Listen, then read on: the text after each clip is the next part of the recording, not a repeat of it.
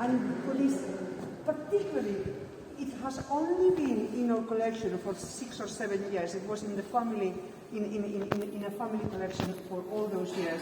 And when it came out into the market, of course, how much loads of money, more than £7 million were spent on this painting, and that was a bargain.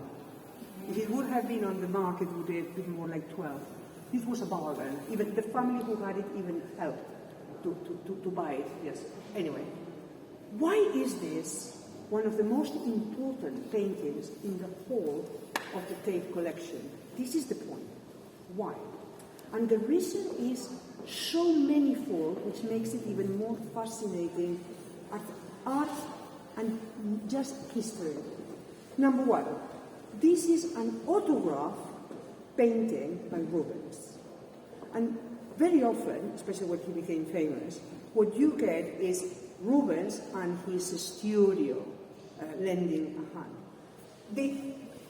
It seems that it was painted like yesterday. And the sheer panache of the drawing is extraordinary. What you see is James I in glory, yes, going up into heaven. Because this is a sketch for a ceiling. I was going to say, is it a preparation? It is. And what is, magic is the foreshortening. Foreshortening means this extreme perspective, this is normal. Try to draw my arm pointing at you. Super difficult. Who was the drawer?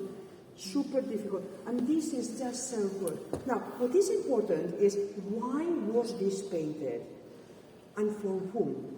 This is a sketch Rubens did for James I himself, who had actually decided to have a building built especially to give banquets, ceremonial ceremonies, yes, tautology there. But anyway, you understand me, yes?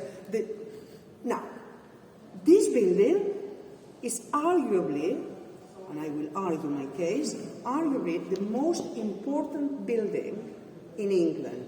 What? Yes. What is it? This is Banqueting House in Whitehall, which was designed at the beginning, 1611 of the 17th century, by an architect called Inigo Jones.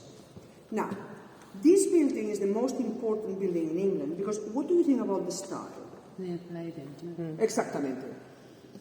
Neo-Palladian, neoclassical. We've seen these buildings around forever. This is the quintessential English style from the 17th century onwards. Before it was Gothic and Tudor, and then it was neoclassical, pediments, windows.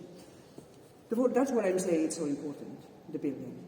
And the building is a double cube. Outside is impressive, but inside is extraordinary. If you haven't been, you've got to go. Of course, you just pay your English ticket. Yes. It is English heritage. You enter it, and then you see the ceiling, and this is the ceiling. And of course, the ceiling, well, not of course, but the ceiling, which is painted on canvas, was not painted in England. That was painted in England. The king was here. Rubens was explaining what he was to do. This is the middle medallion, my ideas in motion.